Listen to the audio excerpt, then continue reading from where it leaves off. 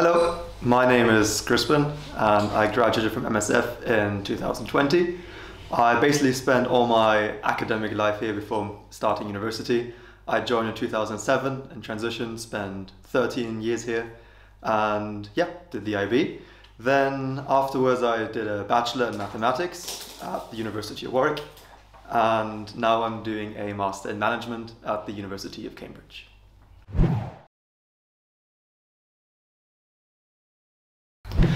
During my last year at school, of course, I was faced with many opportunities. I didn't quite know what I wanted to study, and I wanted to keep a lot of doors open for my future, so I decided to study math. In hindsight, I would only recommend studying math to those who actually want to study math. It was quite tough. I didn't enjoy it that much. After the first year, I kind of knew I wasn't going to pursue this beyond my bachelor, which is actually why I'm doing a part of the reason I'm doing a master in management right now. I definitely wanted further education. I definitely wanted to do a master, and I've heard from a lot of other people that once they graduated with their bachelor and want to do a master later on, it's quite difficult for them to move away from their job and go back to university. So I wanted to do a master straight away. And again, I want to keep all my doors open. That's why I'm doing a master in management right now, with again a lot of options I have. I don't have to specialize yet. It's still very open. I still don't know what I want to do afterwards, but I definitely have a lot of opportunities, a lot of open doors, and I can apply to a variety of industries.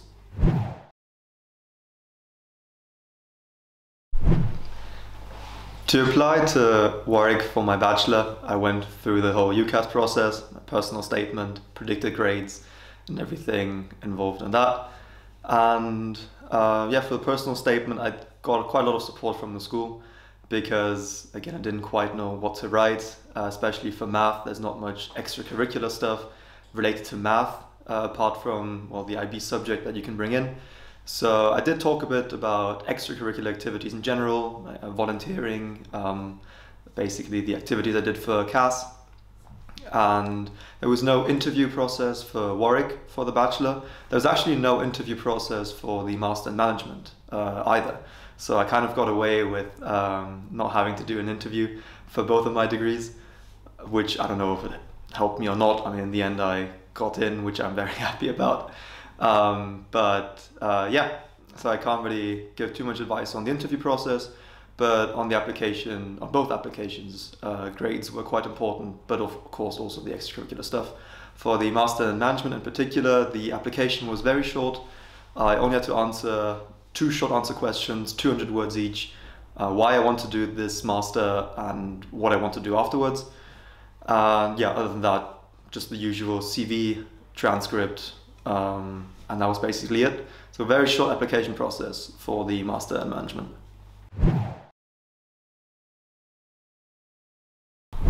One of the biggest challenges I faced in the bachelor was in the first year, just the beginning I guess, because I studied math in the UK. It continued on from the further maths at A level. So there were quite a few things that I actually didn't learn in the IB, which I had to teach myself in the first few weeks. A lot of matrices, linear algebra, differential equations, especially partial differential equations, which is part of was part of the curriculum for further A level back then, and wasn't part of the curriculum for IB maths high level back then. So that was quite a challenge in those first few weeks, already having to deal with a new degree, a challenging degree, and then having to teach some prerequisites myself, which was quite a challenge. Of course, this was also summer or autumn 2020, at the first peak of COVID, so that was quite a challenge as well. And for the master management, I guess the biggest challenge right now are all the qualitative courses or modules, because so for the master management, there's a clear split between the qualitative and the quantitative courses. And of course, with my background, I struggle more with the qualitative courses because I haven't really written essays since the IB. So my biggest challenge there is to compete with everyone with a qualitative background, because I am competing with students who did a philosophy or psychology bachelor.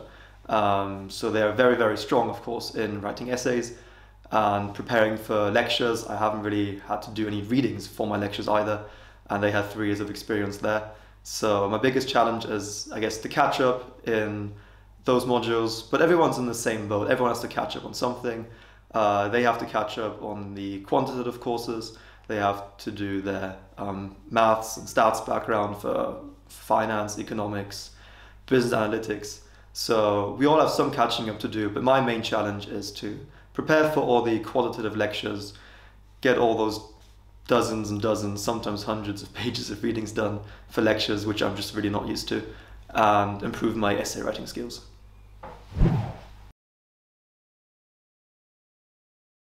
Life in Cambridge and Warwick is quite different. In Warwick, I lived on campus in my first year, but it was COVID, so everything was shut down, so I can't talk too much about my campus experience. And then in second and third year, I moved quite far away from the university. There aren't many living opportunities close by. So my main social life was not on campus, but in the town Leamington Spa, where all my friends lived as well.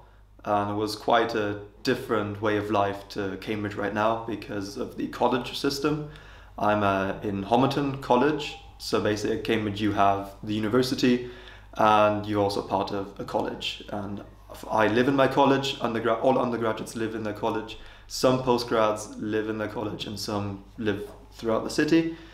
And you basically have your little community. So I have my community in the college, I have my community at the business school, and the wider university in university-wide societies as well. So quite a lot of opportunities to make friends and have a social life.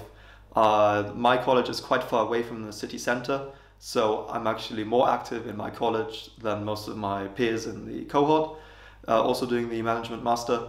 And yeah, so especially at Cambridge University with the college system, you have different societies at college level and at uni level.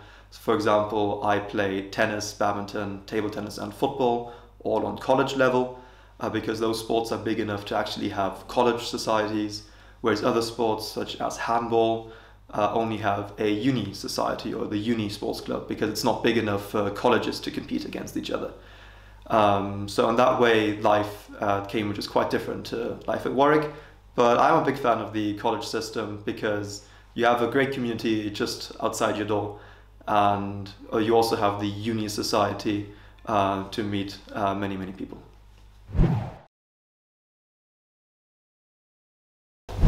So at Warwick it was possible to have a part-time job. A lot of my friends were waiters or bartenders or had a part-time job in some form or another, whereas in Cambridge you're not allowed to. Contractually you're not allowed to have a part-time job, you're not allowed to have the full-time job, especially not. Also outside of term time you're limited in how you're allowed to work, so you definitely have to take care of your finances before applying, before taking them up on the master. There are many scholarships out there you can apply to, but definitely keep that in mind that for the master at least, it's just 1 year, so it's quite intense as well, and you're not allowed to work during that 1 year.